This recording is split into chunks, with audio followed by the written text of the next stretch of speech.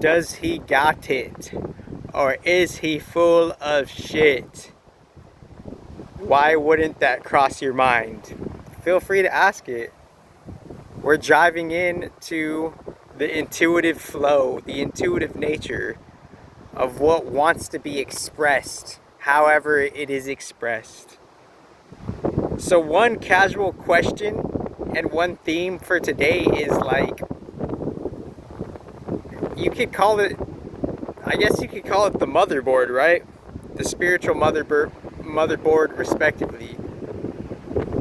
And within that spiritual motherboard, we could ask repeatedly and have different understandings while asking the same question, getting different insights and different resolves, and just adding on to it collectively is, what is the significance of the two different house systems, wherever the sun lands. Some people use that as a house system, as sun always being first house, or wherever your feminine Adamant Cadman body lands in its positioning within the solar system's Adamant Cadman body.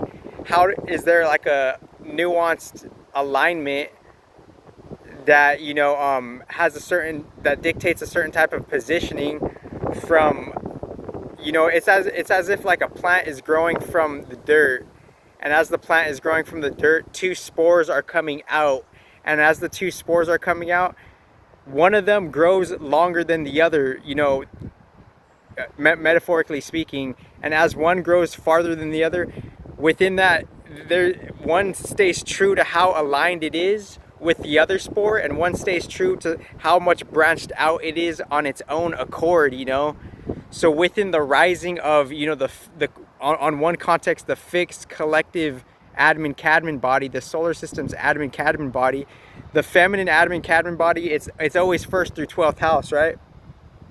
And in the middle of the 1st through 12th house, that's like in between the 6th and the 7th house. So that's like kind of like a secret crux of how like it's kind of shaking up, the head and the feet respectively, which is this moment right now that we're in. But we could also like ask like, so like what house system actually works? Is it the feminine Adamant Cadman body, where our first house is just our first house due to like, a particular type of alignment based on how we're, sprouting out and having a certain positioning and certain angling from, the solar system's feminine Adamant Cadman body, based on how we're kind of like, sprouted out. You could also look at it as like a perpendicular, angle, like, and this line being, just for one graph look of it being the feminine Adamant Cadman body, and then the horizontal line, it could be looked at as like going like, kind of like having its own rise or horizon, and as it has its own horizon, that's what dictates what makes your rising sign to begin with, because you have to ask like, what makes your ascendant house the ascendant house that you have to begin with?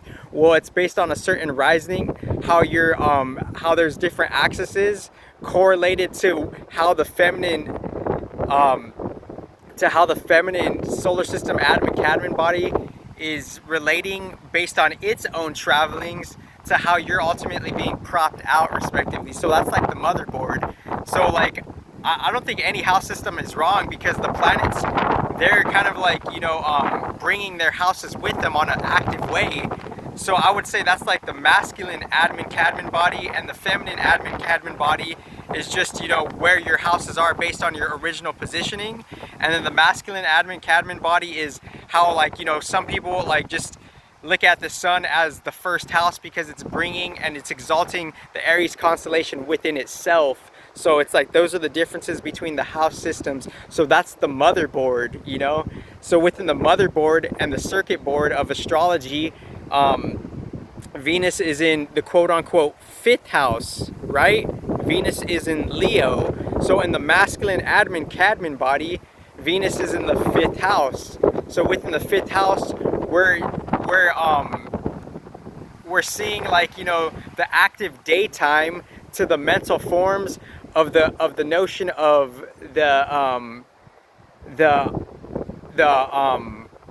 just the notion and the attitudes of a library structure, you know, the nuances of the library. We're having the mental forms of how a library is built. That's what the sun is ultimately like, kind of like radiating the theme of how the sun is in Libra. You know, we're in the daytime.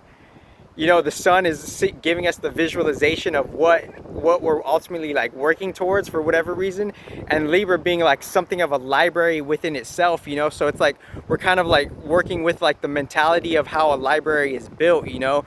Who do we want to work with? Who's compatible for us? Who is on our roster? Who do we relate with? Who is on our like, you know, casting team, and who's on our like, you know, who's on our like roll call, you know. Like, so it's like you set the stage at one point, you like, you know, you get all the productions, the directors and the producers, the directors and the editors, and then you get the cast, you get the casting team. So like within like Venus being in Libra, I mean Venus being in Leo right now, since the sun is in Libra, that sun is like a different type of motherboard or circuit board, where the sun is kind of like, you know, amping up and infusing the constellation and the house respectively within their own masculine and feminine nuances. The sun is like emanating the house of like the Libra constellation and house. So within that, like on a different proxy level, that's infusing Venus to be wherever she's at all the more so, because Venus is she's more or less like, she has like a pager to her own house. She has like video, she has like security cameras in her own like houses, in her own, she has like surveillance in her own house. So she's knowing like her beacon is getting like, you know, the like, you know, the renovation done in her library structure, you know. The renovation and the action and the life force is being done with the life structure. And Venus being in like the Leo constellation, that's also like seeing like what's really like how are we like individualizing our own you know, our own ego, you know, our own character, you know. Venus being in the 5th house, that relating to do with like these days in the new human graph, it's relating to like all the chakras that are in the human design body graph respectively, which is the G center, the heart, and the solar plexus, and the spleen respectively. Just those are the nearby kind of neighbors, you know. So that's predicating what our new character is. Our G center, like going back to our deep soul self eventually, but that being shredded by like other things, you know. The spleen, you know, our power to like, you know, survive, and seeing all the other like, seeing the deep feminine like reptilian DNA, and how that has stories and stories and stories upon it, and like how like other things have survived, you know, because the spleen center is a wealth of knowledge. I think the gate, the well, is in the spleen center if I'm not mistaken. And then the willpower and then the solar plexus. So it's like Venus is in like traditionally and classically the solar plexus. So we're seeing like, we're really like more or less we're getting research details, and we're more or less, we could be investigating on like just generally like who it is we are, you know. What is love to us? Like, how do we get nourished, or how do we get a lack thereof nourished based on, you know, just our behaviors, you know. Because what we're doing with our behaviors, that's ultimately what's, you know, taking us away from love or going towards love. And that's another thing, you know, the 4 different types of love. The 4 different types of love is, you know, the love for everything in balance that God has made and preserved. That's the first type of love, you know. God preserving the great universe from his love, because he has a different definition of love. And as he's preserving the whole universe, we could more or less on a micro level receive that particular love. So as we're receiving that particular love, I would think that's like the first, you know, one of like the first like nuances of what love could be, is like, you know, just the love for like, you know, the love for how everything's preserved and structured on a spiritual level. The second, you know, aspect of love could be just like how the feminine delivers us, you know, how we're introduced to form and materiality, and how we're introduced to like, you know, how the feminine could like produce like fruits, and how the feminine could and like be like a stargate and a star portal within herself. So I'm kind of doing like a remix on, like, I did a video like the 4 types of hate. So now I'm just thinking of like the opposite of those 4 types of hate, you know.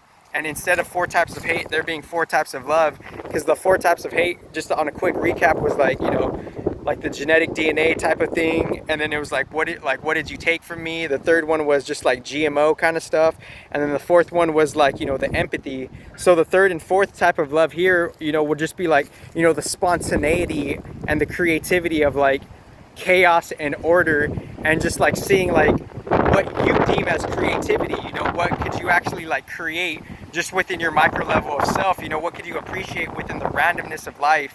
And then the third type of love is just, you know, seeing how there is, we could give a benefit of the doubt, and there's actually like there's actually good in the world. Like the third type of love is just like us appreciating our own service to humanity, us appreciating humanity that leans towards the goodness for the service that's given to us, you know. That's the third type of. So the first type of love is like, you know, love, like God's love and how he preserves the whole universe. The second type of love is just, you know, thanking the feminine for protecting us in ways we don't necessarily know, and like giving us, like, you know, just our general needs and necessities.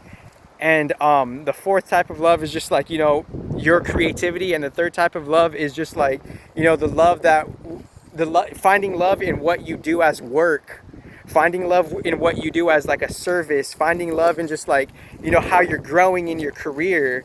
And I'm going to do another video because I wanted to break down, like, you know, the whole, you know, the Venus arrangements within, like, you know, just on a casual HD body graph level, because I didn't really get to dive into that. But because I only have like 20 seconds on this doc. So I just wanted to, like, that's like the 4 different types of love. And, you know, just kind of like, you know, seeing like, seeing how the motherboard and the circuit board of us, you know, Venus being in your Leo house, that's going to ultimately give you self-value and self love